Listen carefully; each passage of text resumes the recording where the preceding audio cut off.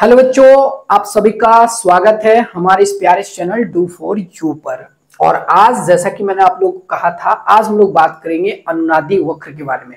आज डिटेल से समझेंगे कि अनुनादी वक्र क्या होता है, ठीक है। और इसमें बैंडविड्थ का जो फॉर्मूला था, आप लोग को बहुत डिस्टर्बेंस हो रहा था, तो उसको भी मैं समझाऊंगा कि बैंडविड्थ यानी कि omega T minus omega 1 equal to R by L कैसे होता है, ये चीज भी मैं आप लोग को समझाऊंगा बढ़िया से, ठीक है। तो ध्यान से देखो, सबसे पहले समझते हैं कि अनुनादी वक्र क्या है। देखो, प्रत्यावर्ती धारा के मान में परिवर्तन को, मतलब आवृत्ति के साथ, प्रत्यावर्ती धारा के मान में आवृत्ति के साथ जो परिवर्तन होता है, अगर उसे ग्राफ द्वारा प्रदर्शित किया जाए तो उसे हम अनुनादी वक्र के नाम से जानते हैं। समझ में आ गया क्या बोले? तो प्रत्यावर्ती धारा में परिवर्तन या फिर प्रत्यावर्ती धारा के मान में आवृत्ति के साथ जो परिवर्तन होता है, प्रत्यावर्ती धारा के आवृत्ति के साथ जो परिवर्तन होता है, उसे अनुनादी वक्र कहा जाता है। ध्यान से सुनना, क्या बोले? लिख देंगे तो टाइम लग जाएगा, एक बार और बता देते हैं क्या बोले, ध्यान सुनो। प्रत्यावर्ती धारा के मान में आवृत्ति के साथ जो परिवर्तन होता है, उसे अगर एक ग्राफ द्वारा प्रदर्शित किया जाए तो उसे अनुनादी वक्र कहा जाता है, यानी कि रेजोनेंस कर्व बोलते हैं। क्या बोलते हैं बोलो? Resonance curve. एक होता है रेजोनेंस सर्किट। रेजोनेंस सर्किट किसको बोलते हैं, यानी कि अनुनादी परिपथ किसे कहा जाता है? तो प्रत्यावर्ती धारा की वोल्टेज की आवृत्ति जब परिपथ के, है ना, स्वाभाविक आवृत्ति के बराबर होता है, यानी कि नेचुरल फ्रीक्वेंसी के बराबर होता है, तो उसे अनुनादी, क्या कहते हैं, उसे अनुनादी परिपथ कहा जाता है, यानी कि रेजोनेंस सर्किट कहा जाता है। तो दो चीजें हम बता रहे हैं, एक होता है रेजोनेंस कर्व। तो रेजोनेंस कर्व क्या है, यानी कि अनुनादी वक्र क्या है, ध्यान समझना। तो जब प्रत्यावर्ती धारा, लिख दे क्या, प्रत्यावर्ती धारा के मान में परिवर्तन, या फिर प्रत्यावर्ती धारा के मान में आवृत्ति के साथ परिवर्तन को, ठीक है, प्रत्यावर्ती धारा के मान में आवृत्ति के साथ परिवर्तन को ग्राफ द्वारा प्रदर्शित किया जाए, ग्राफ द्वारा प्रदर्शित, है ना, प्रदर्शित किया जाए,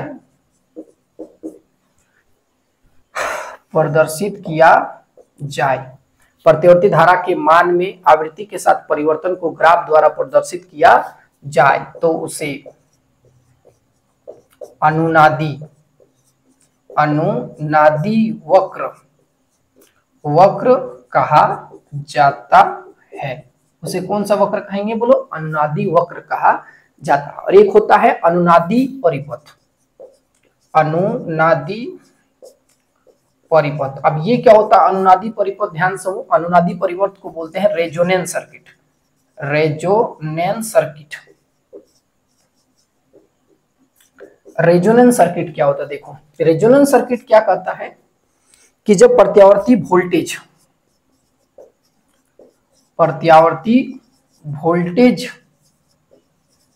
की आवृत्ति, जब लिख देते हैं, है ना, जब प्रत्यावर्ती वोल्टेज की आवृत्ति परिपथ के व्यवहारिक या फिर परिपथ के, जब प्रत्यावर्ती वोल्टेज की आवृत्ति परिपथ के स्वाभाविक, ठीक है ना, स्वाभाविक,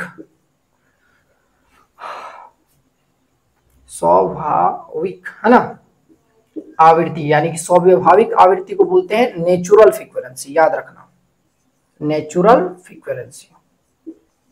हम हट जाते हैं, टेंशन नहीं लेना। तो जब प्रत्यावर्ती वोल्टेज की आवृत्ति परिपथ के स्वाभाविक आवृत्ति के बराबर हो जाता है,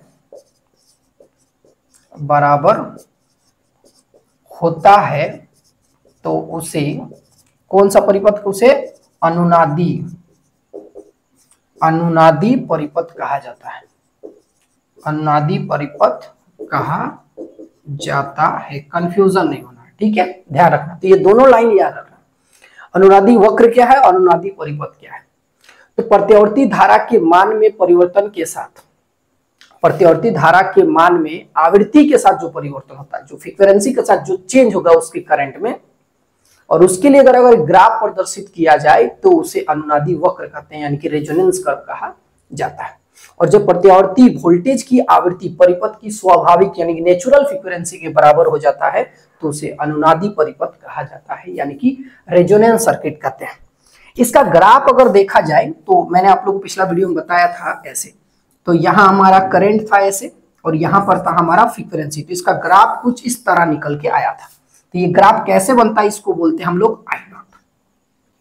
इस केस में होता क्या था, इस केस में एलसीआर परिपथ की कुल प्रतिबाधा न्यूनतम हो जाती थी, यानी कि मिनिमम हो जाता था, और मिनिमम किसके बराबर, ये जेड आर के बराबर हो जाता था, और इस परिपथ से बहने वाली धारा का मान मैक्सिमम हो जाता था। क्या हो जाता था बोलो, मैक्सिमम हो जाता था। तो इस आवृत्ति को हम क्या कहते थे, अनुनादी आवृत्ति कहते हैं। रेजोनेंस फ्रीक्वेंसी क्या होता है, रेजोनेंस फ्रीक्वेंसी वह आवृत्ति है जिस आवृत्ति पर एलसीआर परिपथ की कुल प्रतिबाधा यानी कि जेड का मान न्यूनतम हो जाता था और उससे बहने वाली धारा का मान महत्तम हो जाता है, तो उसे हम अनुनादी आवृत्ति कहते हैं। अनुनादी आवृत्ति को न्यू नॉट, तो यहाँ पर जब न्यू नॉट आता था तो यहाँ पर करंट का वैल्यू मैक्सिमम होता था। यहाँ का हम लोग न्यू वन बोलते थे और यहाँ को बोलते हैं न्यू टू। ये यहाँ पर ओमेगा वन, इसको ओमेगा टू, और ये जो डिफरेंस दिख रहा है omega two minus omega one, इसको बोलते थे हम लोग बैंड विड्थ। क्या बोलते थे, इसको बोलते थे बैंड विड्थ बोलते थे। समझ में आ गया, इसको क्या बोलते थे बोलो, बैंड विड्थ। और यही वैल्यू जो है omega two minus omega one, sorry omega two minus omega one का वैल्यू होता है आर बाई एल। क्या तो बोलो, आर बाई एल। और हम लोग यहाँ से क्यू फैक्टर का वैल्यू निकाले थे, क्यू फैक्टर इक्वल टू आया था 1/2 पाई रूट अंडर LC। तो ये वैल्यू हमारा क्यू फैक्टर नहीं, ये क्वालिटी फैक्टर नहीं है, क्वालिटी फैक्टर का वैल्यू कुछ और होता है, यहाँ R और रूट अंडर L/C ये होता है क्वालिटी फैक्टर का वैल्यू। और यहाँ पर रेजोनेंस फ्रीक्वेंसी का वैल्यू जो निकाल के आए थे वो न्यू नॉट इक्वल टू था 1/2 pi root under LC। Root under क्या था बोलो, LC। तो ये सारा सॉल्यूशन आज होगा, आज पूरी तरह से हम लोग समझ में आएगा क्यू फैक्टर का वैल्यू इस तरह निकल के कैसे आता है, omega two minus omega one का वैल्यू आर बाई एल कैसे होता है। अगर आर बाई एल समझ में आ गया तो क्यू फैक्टर का वैल्यू का जो हम लोग वहां पर पुट किए थे omega two minus omega one की जगह आर बाई एल, तो वो चीजें समझ में आ जाएगा। तो आपको कंटिन्यू दो वीडियो आपको देखना पड़ेगा, एक तो रेजोनेंस कर्व के लिए देखना पड़ेगा और एक देखना पड़ेगा omega two minus omega one के लिए। तो उसके लिए आप तैयार रहिए, ठीक है। चलो, और ये तो हम ऑलरेडी बता चुके थे, ये कब आता था, ये तब आता था जब अनुनादी आवृत्ति पर क्या होता है, एक्सएल और एक्सी का मान बराबर होता है। तो रेजोनेंस फ्रीक्वेंसी पर होता क्या था, एक्सएल और एक्सी का मान बराबर होता है, तब जाके जेड का वैल्यू मिनिमम होता था और आई का वैल्यू क्या होता था, मैक्सिमम।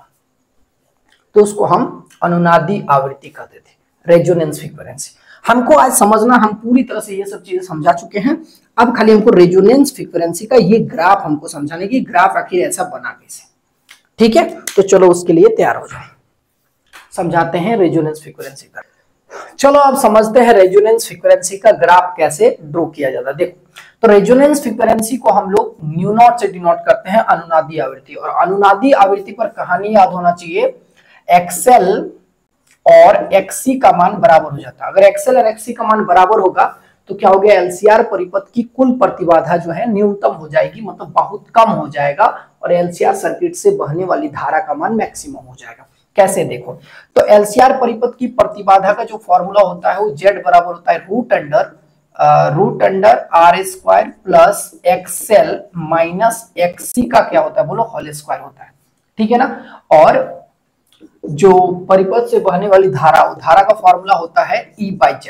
अगर Z का वैल्यू बहुत कम हो जाएगा तो I का वैल्यू बहुत ज्यादा हो जाएगा। अब देखो, एक्सएल और एक्सी जब बराबर होगा तो ये वाला टर्म हट जाएगा, और हट जाएगा तो क्या समझ में आएगा, ये वाला टर्म जैसे हटेगा तो होगा root under R square plus 0, तो Z बराबर हो गया सिर्फ R, यानी कि परिपथ के प्रतिरोध के बराबर हो जाएगा। और जब परिपथ के प्रतिरोध के बराबर हो जाएगा मतलब Z का वैल्यू बहुत कम हो गया, तो I का वैल्यू बहुत ज्यादा, यानी कि I का वैल्यू मैक्सिमम होगा, क्योंकि इससे अधिक और बढ़ाया नहीं जा सकता है, इससे अधिक और बढ़ाया नहीं जा सकता है जेड को। और जेड का वैल्यू इससे अधिक, सॉरी इससे अधिक और जेड को घटाया नहीं जा सकता। तो जेड को अगर इससे अधिक नहीं घटाया जाएगा, अगर इससे अधिक और थोड़ी घटा सकते हैं, क्योंकि ये टर्म तो ये दोनों फ्रीक्वेंसी पर डिपेंड कर रहा था, एक्सएल और एक्सी पर। अब एक्सएल और एक्सी पर डिपेंड कर रहा था फ्रीक्वेंसी, क्योंकि एक्सएल और एक्सी का वैल्यू भी पता होना चाहिए। तो लिख देते हैं यहीं पर, तो एक्सएल बराबर होता है 2 पाई न्यू, जैसे न्यू बदलेगा एक्सएल का वैल्यू बदलेगा, और एक्सी का फॉर्मूला होता है 1/2 पाई न्यू और इंटू सी। सब पिछला लेक्चर्स में पूरा बताया, ठीक है। तो न्यू जो है ये एक्सएल और एक्सी न्यू पर डिपेंड कर रहा है, यानी कि प्रतिवर्ती धारा की आवृत्ति पर निर्भर कर रहा है। तो जैसे से आवृत्ति बदलेगा एक्सएल का वैल्यू भी बढ़ेगा। तो एक्सएल का वैल्यू देखो यहाँ पर प्रोपोर्शनल है, मतलब आवृत्ति जैसे जैसे बढ़ेगा तो एक्सएल का वैल्यू बढ़ेगा, लेकिन एक्सी का वैल्यू क्या होगा, घटेगा। यहाँ पर 2 पाई न्यू और इंटू एल आता है। आगे बात समझ में। तो ये दोनों डिपेंड कर रहा था, मतलब ये दोनों डिपेंड कर रहा था न्यू पर, फ्रीक्वेंसी की आवृत्ति पर। आवृत्ति पर जब डिपेंड करेगा, प्रतिवर्ती धारा परिपथ की आवृत्ति पर निर्भर कर रहा था एक्सएल और एक्सी का मान। तो एक्सएल और एक्सी का मान एक टाइम ऐसा आएगा जब बराबर हो जाएगा। जब बराबर हो जाएगा तो एक्सएल और एक्सी आपस में बराबर हो गया, तो ये वाला टर्म कट के हट जाएगा, तो ये वाला टर्म r² + 0, मतलब ये जो है पूरे एलसीआर परिपथ की जो प्रतिबाधा है वो केवल, ठीक है, परिपथ के प्रतिरोध के बराबर हो जाएगा। मतलब परिपथ का संपूर्ण प्रतिरोध जो है लगभग बहुत कम हो गया है, मिनिमम हो गया। जब मिनिमम हो जाएगा तो इस कंडीशन में बहने वाली धारा का मान क्या होगा, बोलो मैक्सिमम होगा। अब देखते हैं आवृत्ति के साथ इसका ग्राफ कैसे ड्रॉ होता है। तो ग्राफ में बहुत सारा कुछ बताएंगे ग्राफ में, देखो।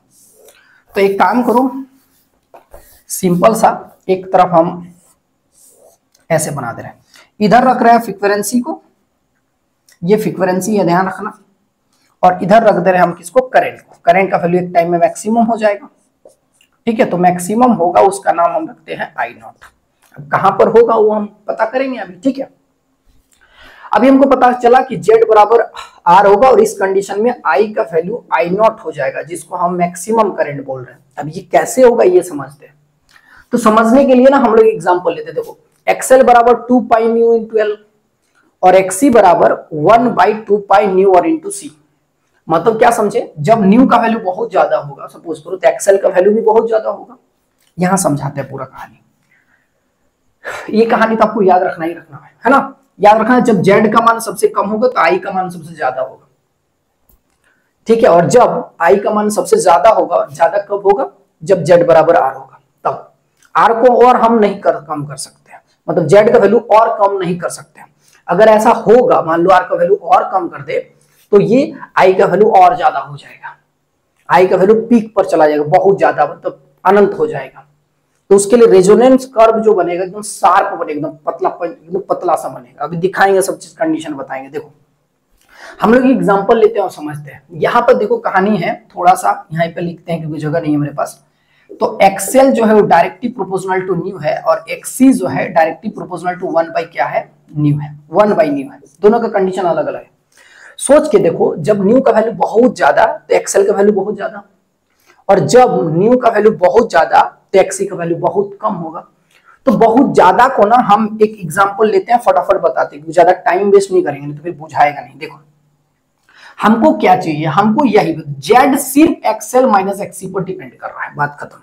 आर पर तो निर्भर नहीं कर रहा है, क्योंकि जैसे प्रतिवर्ती धारा बदलेगा, आवृत्ति बदलेगा, तो एक्सएल और एक्सी का मान ही बदलेगा, आर थोड़ी बदलेगा। मतलब जेड सिर्फ इस बात पर डिपेंड कर रहा है। ये वाला वैल्यू जब ज्यादा होगा तो जेड का वैल्यू भी ज्यादा होगी। ये वाला जब वैल्यू, इन दोनों के बीच का डिफरेंस, एक्सएल माइनस एक्सी का वैल्यू कम होगा, डिफरेंस बोल रहे, डिफरेंस, तो ये जेड का वैल्यू कम होगा। और जेड का वैल्यू कम होगा तो आई का वैल्यू क्या होगा, बोलो ज्यादा। फिर से बोल रहे हैं, जब एक्सएल और एक्सी का वैल्यू कम तो जेड कम, और जेड कम तो आई ज्यादा। और जब इन दोनों के बीच का डिफरेंस ज्यादा तो जेड ज्यादा, और जेड ज्यादा तो आई कम। बस इतना वैल्यू याद रखना। मान लेते हैं कि न्यू का वैल्यू अभी बहुत ज्यादा है, तो एक तरफ हम एक्सएल लिख रहे हैं। हमको चाहिए क्या, हमको इन दोनों से निकालना है, इन दोनों से निकालना है एक्सएल माइनस एक्सी का वैल्यू। ये बात ध्यान रखना, एक्सएल माइनस एक्सी का वैल्यू निकाल। तो एक छोटा मोटा हम एक पिक्चर बनाते हैं, बस जैसे चीजें हमको सब समझ में आ जाए। फटाफट लिखेंगे, छोटा छोटा, है ना। देखो एक्सएल और एक तरफ लिखते हैं एक्सी। तो सोच के देखो, हम कंडीशन बता रहे हैं, न्यू का वैल्यू जब बहुत ज्यादा तो एक्सएल भी बहुत ज्यादा, न्यू का वैल्यू बहुत ज्यादा तो एक्सएल भी बहुत ज्यादा। इस ज्यादा वैल्यू को मान लो हम 10 मान लेते हैं, तो न्यू का वैल्यू 10 माने बहुत ज्यादा, दिमाग में वाली रखो ना, बस न्यू का वैल्यू 10। ऐसे एग्जांपल के लिए बता रहे हैं, बट इसको कोई ग्राफ से कोई कंडीशन नहीं, बस समझाने के लिए ग्राफ कैसे बनेगा। दूसरा भी एग्जांपल दे सकते हैं, बट ये बेस्ट है हमको लगता है। देखो यहाँ तो न्यू का वैल्यू बहुत ज्यादा, तो एक्सेल का वैल्यू बहुत ज्यादा, इस ज्यादा वैल्यू को क्या माने 10, तो 10 बहुत ज्यादा है। तो जब न्यू बहुत ज्यादा तो एक्सेल बहुत ज्यादा, और जब एक्सेल बहुत ज्यादा तो न्यू बहुत ज्यादा था, ज्यादा तो 1 बटा ज्यादा मान लो इनफाइनाइट, इस 10 को वैल्यू को मान लो इनफाइनाइट है। तो जब ये इनफाइनाइट, एक्सेल का वैल्यू बहुत ज्यादा, मतलब एक्सेल इनफाइनाइट होगा जिसका वैल्यू हम 10 मान लिए हैं। तो जब यह 1 बाई इनफाइनाइट रखे तो एक्सी का वैल्यू क्या होगा 0 होगा उस टाइम पे, मतलब जब इसका वैल्यू 10 तो इसका वैल्यू क्या होगा 0। तो इन दोनों का बीच का डिफरेंस अभी 10 है, 10 मैंने सबसे ज्यादा, तो इन दोनों के बीच का डिफरेंस अभी सबसे ज्यादा है। यहां डिफरेंस को लिखेंगे हम लोग, ठीक है। तो अभी इन दोनों के बीच का जो डिफरेंस आएगा, डिफरेंस इन दोनों के बीच का जो डिफरेंस आएगा वो डिफरेंस सबसे ज्यादा आएगा 10, और सबसे ज्यादा 10 मतलब ये वाला डिफरेंस सबसे ज्यादा, तो जेड सबसे ज्यादा, और अगर जेड सबसे ज्यादा तो करंट बहुत कम। वेरी गुड, तो करंट कहीं नीचे रहेगा यहां पर, अभी करंट बहुत कम है। फिर लगाते हैं, अब क्या कि न्यू को थोड़ा सा घटाएं एक्सेल में, न्यू को थोड़ा सा मतलब 10 से थोड़ा सा घटाएं, 10 से थोड़ा सा घटा के कर दिया 8। तो ये जब थोड़ा सा घटाएं तो ये न्यू नीचे आया, तो थोड़ा सा घटेगा तो एक्सी थोड़ा सा बढ़ेगा, बढ़ के मान लो हो गया 2। क्या बोले समझ में आ रहा? तो इन दोनों का डिफरेंस देखो, अभी इन दोनों के बीच का डिफरेंस 10 था, अभी इन दोनों के बीच का डिफरेंस कितना हो गया 6, मतलब पहले 10 था अब कितना हो गया बोलो 6। तो इन दोनों के बीच का डिफरेंस घटा कि बढ़ा? घटा। तो इन दोनों के बीच का डिफरेंस घटेगा, जेड घटेगा, जेड घटेगा तो आई बढ़ गया, आहा, तो थोड़ा सा यहां करंट भी क्या होगा बढ़ेगा। ऐसे मान लो करंट बढ़ा, ठीक है, करंट थोड़ा सा बढ़ा ऐसे। अब क्या होगा फिर देखते हैं। फिर यहाँ के फ्रीक्वेंसी जो कि 10 था स्टार्टिंग में, बहुत ज्यादा मान के रखे थे एक्सेल में, तो अब इसको घटा के पहले हम 8 किए, 8 से घटा के मान लो 6 के, थोड़ा सा और घटाएं। ये जैसे ही घटाए एक्सेल का वैल्यू थोड़ा सा घटाएंगे, तो न्यू घटाएंगे तो एक्सेल घटेगा, तो ये जैसे ही घटा तो ये थोड़ा सा और बढ़ेगा।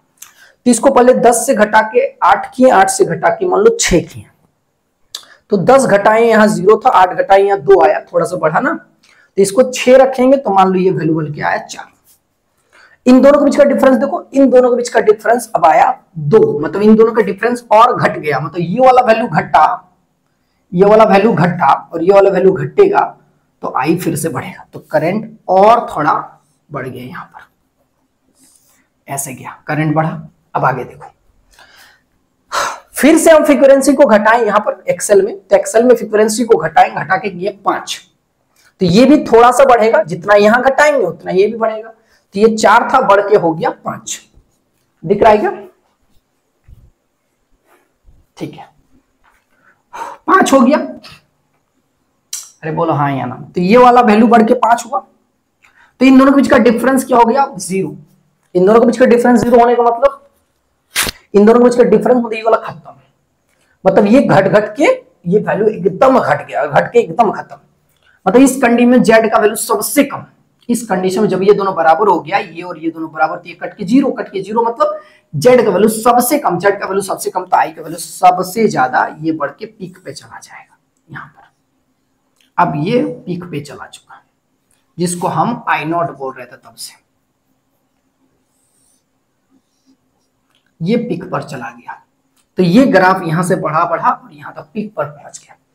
अब उल्टा प्रोसेस फिर वही करेंगे, फ्रीक्वेंसी को भी घटा ही रहते हैं यहां पर, घटा के और घटाएं, घटा के 5 किए थे यहां पर, इसको और घटाएं, घटा करके मान लो यहां किए 6, तो एक्सी में बढ़ेगा, इसमें थोड़ा बढ़ाएं और बढ़ के कितना होगा, यहां भी बढ़ के 5 से बढ़ के कितना हो जाएगा। जैसे यहां क्या कर रहे थे, पहले किए 10, फिर किए 8, फिर किए 6, फिर किए 5, 5 से घटा के यहां करेंगे 4, सॉरी, तो जैसे 4 करेंगे तो यहां 6 आएगा।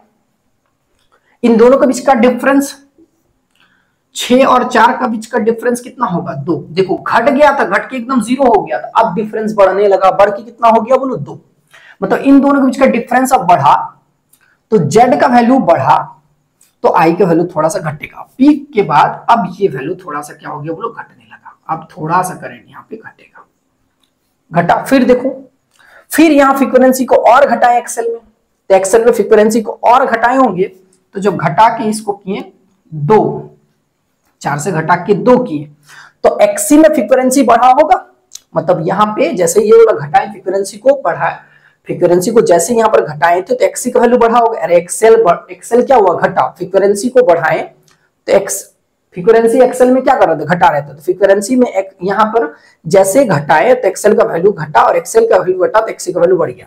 तो यहाँ 4 से घटा के 2 किए तो ये वाला वैल्यू बढ़ के कितना हो गया, 2 से हो जाएगा 4। अरे यहाँ पे क्या हो रहा था, अब बढ़ रहा है और यहाँ पे क्या हो रहा है, घट रहा है। इन दोनों के बीच का डिफरेंस कितना आया, यहाँ पे ना, सॉरी वहां पे नहीं, यहाँ पे। तो यहाँ पे क्या हो, बढ़ेगा, ये घटे तो ये बढ़ा, बढ़ के कितना होगा बोलो, ये बढ़ के हो जाएगा 8। अब इन दोनों के बीच का डिफरेंस देखो तो इन दोनों के बीच का डिफरेंस अब आ रहा है 6। अब इन दोनों के बीच का डिफरेंस घटा कि बढ़ा, घटा। तो इन दोनों के बीच का डिफरेंस अब बढ़ा, घटा नहीं है, बढ़ा। तो ये वाला वैल्यू बढ़ेगा तो जेड बढ़ेगा, जेड बढ़ेगा तो आई फिर से घटेगा। तो यहाँ ग्राफ आया, फिर से यहाँ थोड़ा सा करंट घट गया। अब अगला स्टेप में देखो, फ्रीक्वेंसी को घटा के अब हम क्या कर दिए, यहाँ पे 2 था, ठीक है, 2 आ गया। अब 2 से घटा कर देंगे 0।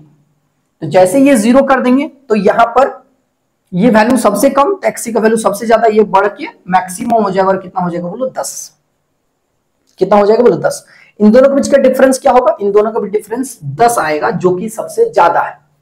तो इन दोनों के बीच का डिफरेंस सबसे ज्यादा, तो जेड सबसे ज्यादा और जेड सबसे ज्यादा, तो आई सबसे कम, मतलब आई का वैल्यू घट करके नीचे आ जाएगा। तो इसका ग्राफ कुछ हमको इस तरह नजर आएगा, ऐसे जाके ऐसे, जो कि रेजोनेंस फ्रीक्वेंसी का ग्राफ है।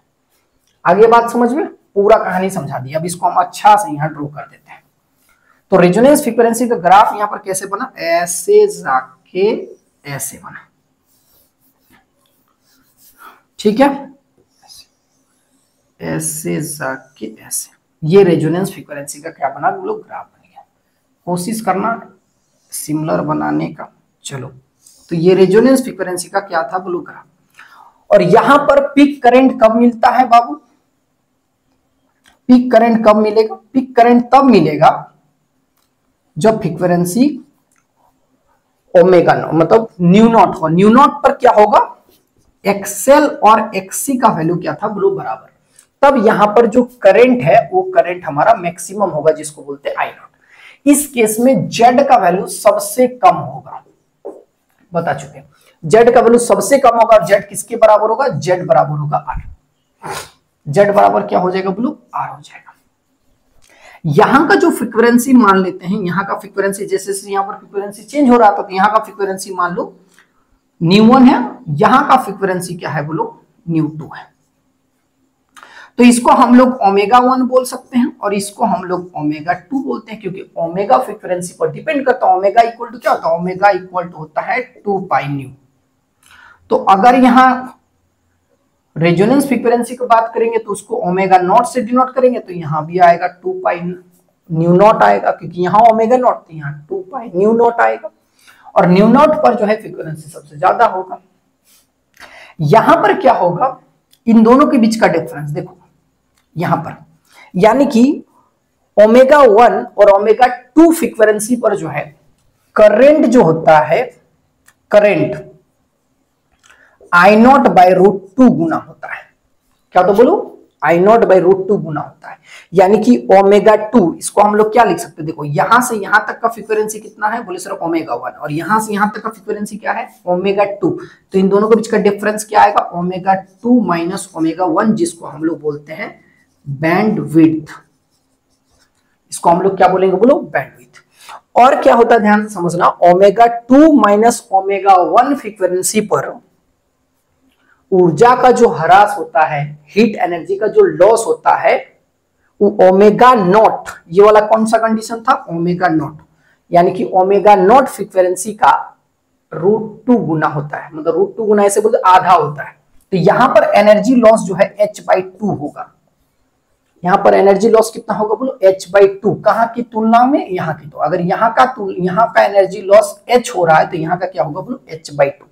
इसलिए ओमेगा 2 माइनस ओमेगा 1 आवृत्ति पर ऊर्जा का जो ह्रास होता है, वो अनुनादी आवृत्ति के ऊर्जा के ह्रास का आधा होता है, इसलिए इसे हाफ पावर फ्रीक्वेंसी कहा जाता है। तो ओमेगा 2 माइनस ओमेगा 1 आवृत्ति पर ऊर्जा का ह्रास अब ये पूरा कहानी समझा चुके हैं, अब इसको मिटाते हैं हम। तो यहां लिख दे रहे हैं कुछ कुछ बातें। ओमेगा 2 माइनस ओमेगा 1 पर ऊर्जा का ह्रास, है ना, ऊर्जा क्षय, ठीक है, ओमेगा नॉट आवृत्ति के आधा होता है। क्या होता है बोलो? आधा होता है। इसलिए इसे लिख दे पूरा, इसलिए इसे half power frequency, half power frequency, half power frequency कहा जाता है। और ध्यान सुनना, ओमेगा 2 माइनस ओमेगा 1 पर जो है बहने वाला जो करंट होता है, ओमेगा 2 माइनस ओमेगा 1 पर जो बहने वाला करंट जो होता है वो आई नॉट बाई रूट 2 होता है। क्या होता है बोलो? आई नॉट बाई रूट 2 होता है। अगर यहाँ आई नॉट को लिखो तो करंट इक्वल टू होता है वोल्टेज बटा रेजिस्टेंस, तो यहाँ हो गया वी नॉट बाई रूट 2 और इंटू रेजिस्टेंस आर। तो इस जगह पे हम इसको हम इंपीडेंस बोलते हैं जेड। तो ओमेगा 2 माइनस ओमेगा 1 पर, ठीक है, एलसीआर परिपथ की जो प्रतिबाधा होता है जिसको हम जेड से डिनोट करते हैं, तो जेड बराबर होता है रूट 2 इंटू आर होता है। प्रतिबाधा क्या होता है? रूट 2 इंटू आर, यानी कि रूट 2 आर गुना होता है। कितना गुना होता है बोलो? रूट 2 आर गुना होता है। और इसी को बैंडविड्थ करते हैं, और बैंडविड्थ का वैल्यू भी याद रखना, ओमेगा 2 माइनस ओमेगा 1 का वैल्यू आर बाई एल होता है। कितना होता है बोलो? R by L. ये चीज अभी नेक्स्ट वीडियो में आपको साबित हो जाएगा। जितना जितना बातें बता रहे हैं उतना ध्यान रखना। तो ओमेगा 2 माइनस ओमेगा 1 पर ऊर्जा क्षय, जबकि परिपथ से होने वाली जो ऊर्जा क्षय है वो ओमेगा नॉट आवृत्ति का आधा होता है। किस आवृत्ति का? अनुनादी आवृत्ति का आधा होता है, इसलिए इसे हाफ पावर फ्रीक्वेंसी कहा जाता है। ओमेगा 2 माइनस ओमेगा 1 पर जो परिपथ से बहने वाली धारा है वो आई नॉट मतलब 1 बाई रूट 2 गुना होता है। परिपथ से बहने वाली धारा 1 बाई रूट 2 गुना होता है, और प्रतिबाधा कितना होता है? जेड बराबर रूट 2 आर होता है। तो यहाँ का जो प्रतिबाधा होगा वो जेड बराबर रूट 2 आर होगा, और यहाँ का प्रतिबाधा जेड बराबर क्या होता है बोलो? आर होता है। अगर आर का वैल्यू मान लो, सपोज करो एक ऐसा कंडीशन है कि आर भी समाप्त हो गया, आर मान लो 0 हो गया है सपोज करो, तो इस कंडीशन में रेजोनेंस कर्व एकदम शार्प होता है ऐसे। तो इसको हम लोग डॉटेड लाइन से भी दिखा सकते हैं, एकदम शार्प होगा। शार्प मतलब पतला एकदम, ऐसे करके ग्राफ ऐसे बनेगा। ठीक है, अब थोड़ा डार्क कर देते हैं इसको। तो ये कब होगा? जब आर का वैल्यू एकदम क्या होगा बोलो? एकदम 0 हो जाएगा। तो आर का वैल्यू जब 0 रखेंगे, रेजिस्टेंस एकदम खत्म, तो उस कंडीशन में करंट का वैल्यू बहुत ज्यादा होगा, और इसका रेजोनेंस कर्व क्या आएगा? एकदम पतला सा रेजोनेंस, मतलब शार्प आएगा। क्या आएगा बोलो? शार्प, शार्प आएगा। समझ में आ गया? ओमेगा 2 माइनस ओमेगा 1 का वैल्यू आर बाई एल। अच्छा, यहां पर ओमेगा 2 माइनस ओमेगा 1 पर ऊर्जा क्षय जो होता है आधा होता है। अगर हम अनुनादी आवृत्ति पर बात करें, देखो सारा चीज बता दे रहे हैं। देखो ओमेगा नॉट पर क्या होगा? ओमेगा नॉट पर ऊर्जा का ह्रास, मतलब ओमेगा नॉट पर करंट कितना है? तो करंट है हमारा आई नॉट करंट है।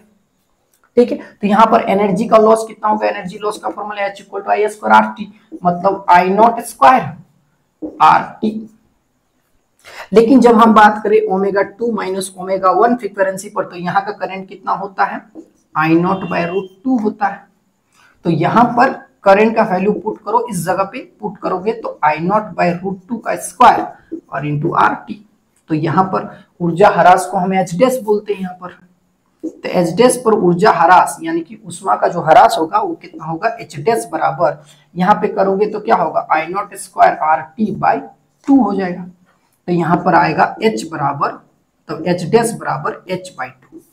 तो एच डैश बराबर एच बाई 2 का मतलब क्या समझे? कि ऊर्जा को जो ह्रास हो रहा है वो ये जो ओमेगा नॉट फ्रीक्वेंसी पर जो एनर्जी का जो ह्रास होगा वो क्या होगा? एच बाई 2 आ रहा, मतलब आधा होता है। तो अगर यहाँ का एनर्जी का ह्रास h होगा तो यहाँ का एनर्जी का ह्रास कितना होगा? h बाई 2 होगा। यहां पर कोई एनर्जी लॉस होगा क्या? तो यहां पर रेजिस्टेंस ही नहीं है, करंट का वैल्यू बहुत ज्यादा, तो एनर्जी का ह्रास तो होगा ही होगा, लेकिन रेजिस्टेंस जीरो है, H equal to I square आती, आर खत्म, तो सारा हीट एनर्जी यहां पर नहीं होगा, लेकिन यहां होगा, यहां H/2 होगा, यहां पर सबसे ज्यादा होगा, और यहां पर रेजिस्टेंस ही नहीं है तो करंट तो बहुत ज्यादा होगा। आगे बात समझ में? तो ये रेजोनेंस कर्व का ये पूरा कहानी था। ठीक है, एक होता है वोल्टेज परवर्धक होता है किसी में अनुनादी आवृत्ति पर, तो वोल्टेज परवर्धक किसको बोलते हैं? तो वोल्टेज परवर्धक यानी कि रेजोनेंस वोल्टेज क्या बोलते हैं? रेजोनेंस वोल्टेज क्या होता है?